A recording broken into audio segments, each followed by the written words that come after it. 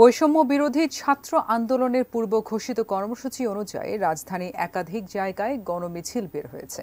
আন্দোলনের প্রতি একাত্মতা জানিয়ে প্রতিবাদ অবস্থান নিয়েছে সংস্কৃতি কর্মীরাও। বিস্তারিত জাহিদ হোসেনের রিপোর্টে। কোটা সংস্কার আন্দোলনকারীদের গণমিছিলকে ঘিরে সকাল থেকেই রাজধানী জুড়ে আইন শৃঙ্খলা রক্ষা বাহিনীর সতর্ক অবস্থান।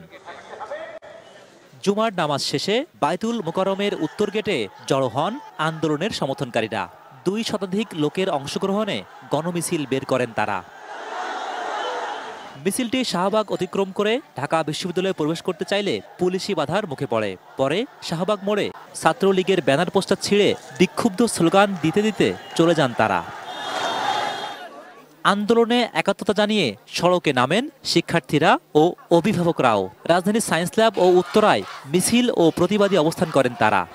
আমাদের ভাইদের ধরে নিয়ে যাচ্ছে, বাসা থেকে ধরে নিয়ে যাচ্ছে, নিরাপত্তা কোথায় সরকার থেকে? ভালোভাবে লোক ধরে নিয়ে যায়, একটা বাণিজ্য শুরু করছে, আর পয়সা না দিলে তাদেরকে ভাঙচুরের মামলা, গাড়ি পোড়ার মামলা দিবে। আমরা এই থেকে নিস্তার চাই।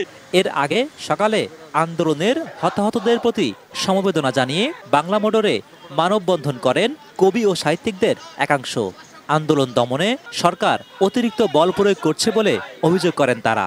যারা নির্বিচারে স্বাধীন নাগরিকদের উপরে, নিরস্ত্র নাগরিকের উপরে যারা গণহত্যা চালাতে পারে, তাদের সাথে আর কোনো আপোষ নয়। ব্লক রেড চলতেছে, এইভাবে একটা দেশ চলতে পারে না। কারওয়ান বাজারে মানববন্ধনেও অংশ নেন গণমাধ্যম কর্মীরা।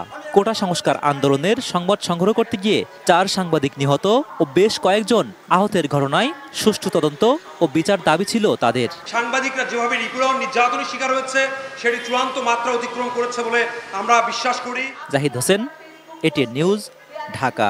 শিয়া বাটার ও ভিটামিন ই সমৃদ্ধ Lily glam beauty soap. Lily, always beautiful.